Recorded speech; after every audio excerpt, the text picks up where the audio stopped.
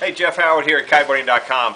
We come up with one of the first things. We've never heard of a B-grade kite. Well, obviously if it doesn't fly correctly, it would be a no-grade kite. But a B-grade kite, Slingshot's come up with these Z kites. Now, what it is these are the lovely materials that we use. It's a ripstop polyester that's used on every single kite out there. Now, the big thing is this is a man-made product and it doesn't hold color. It's called color fast, obviously.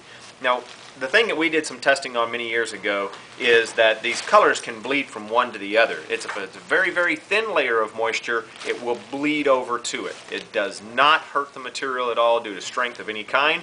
It's called bleeding, and it will happen. Now, if it's very, very wet, it won't happen. If it's a very, very thin layer and the colors can move from one cloth to the other, it will. It's called staining.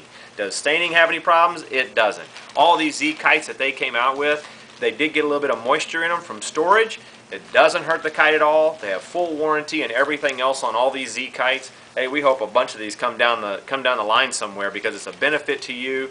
There's probably every single kite you have or will have at some point will get this bleeding effect. But again, it doesn't hurt the kite at all. These are all synthetic materials. They just don't hold the color really, really well. And if you allow them to touch each other very close, they will bleed colors. And if they're very, very wet, they usually don't do it. If it's a thin layer, it will. So I just want to let you know what B-grade meant, or what color fading is, and what it does to the material, or what it does to a kite.